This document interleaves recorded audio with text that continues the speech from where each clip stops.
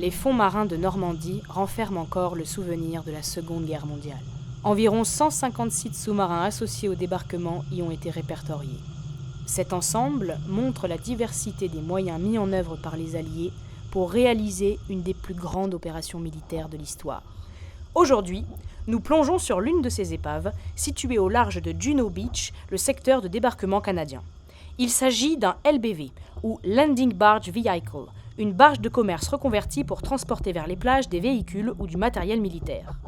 Une grande variété de navires ont été mobilisés à l'aube du 6 juin 1944. Alors, comment savoir qu'il s'agit d'un LBV ? Allons voir ça de plus près, c'est parti pour l'immersion. Pour l'identifier, les archéologues du Drasme ont d'abord réalisé un plan du site avec un sondeur multifaisceau, un appareil qui sert à mesurer la profondeur grâce à des ondes acoustiques. En le comparant à un document d'archives, on a déduit qu'il pouvait s'agir d'un LBV. La plongée d'expertise a permis de le confirmer. Cette barge a coulé avec l'intégralité de sa cargaison. Nous sommes à 24 mètres de profondeur. La visibilité est très mauvaise, nous sommes dans l'obscurité. De bonnes lampes sont indispensables pour le bon déroulement de la plongée. On aperçoit l'arrière tribord de l'épave. On voit bien les traces de rouille dues à la corrosion. Pour ne pas endommager davantage l'épave, nous faisons attention à nos palmes. Nous commençons l'exploration depuis la poupe du bateau, c'est-à-dire depuis l'arrière. Cet espace vide permettait autrefois d'accueillir une rampe de débarquement, aujourd'hui absente. On tombe rapidement sur le centre de l'épave. Il n'y a aucun aménagement intérieur dans la cale, seulement un grand espace pour accueillir la cargaison. Cette cargaison, c'est cet impressionnant module d'éléments préfabriqués destiné à la construction de ponts Bailey. C'est ce qui fait tout l'intérêt de cette épave. Le pont Bailey, qu'est-ce que c'est ? Eh bien, c'est un pont provisoire qui peut atteindre 60 mètres de long et surtout peut supporter plus de 50 tonnes de charge. L'ingéniosité de ce pont réside dans la simplicité de son montage. Les armées disposent de corps spécialisés dans ces tâches. Ils peuvent monter et démonter un pont rapidement et très facilement par l'assemblage manuel de pièces métalliques préfabriquées, sans aucune aide mécanique. L'autre avantage est que les éléments sont assez petits pour être transportés par des petits bateaux, comme des LBV ou par des camions.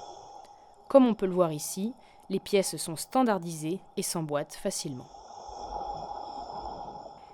C'est l'ingénieur britannique Donald Bailey qui met au point ce modèle de génie militaire en 1941.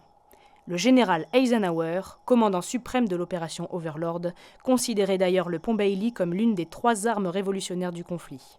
40 ans de guerre, les ponts jouent un rôle stratégique majeur.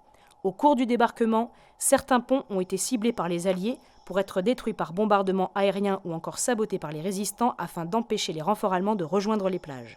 Durant la libération, les Allemands qui battent en retraite détruisent les ponts restants pour empêcher la progression des Alliés vers l'intérieur des terres.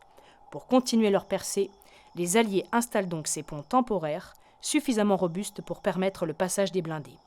Ces ponts ont été construits par centaines en Normandie dès le lendemain du débarquement et en Europe jusqu'à la fin de la guerre. Cette technologie est d'ailleurs toujours utilisée en grand nombre dans le monde.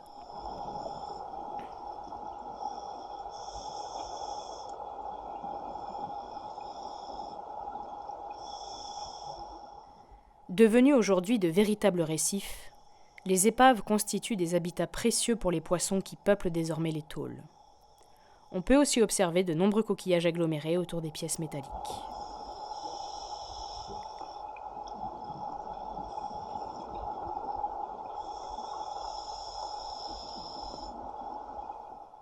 Si vous regardez sur les 2 côtés de la barge, elle est assez mal conservée, mais vous pouvez apercevoir les membrures de l'épave.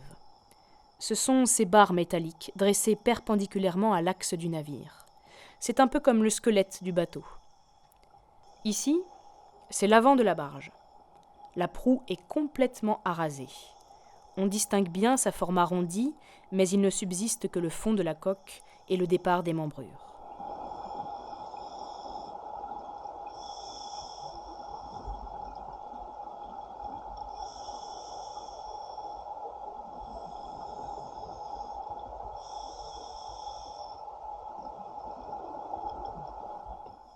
Nous sommes à présent sur le flanc bâbord de l'épave et nous nous dirigeons vers l'arrière de la barge.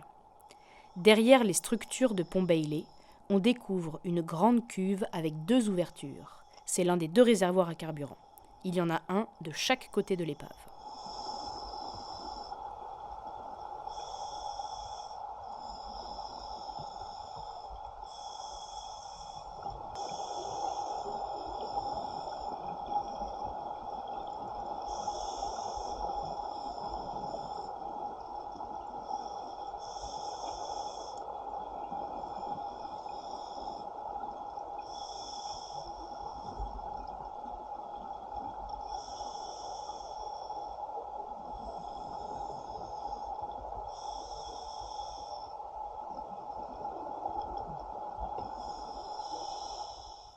Nous sommes à la fin de la plongée.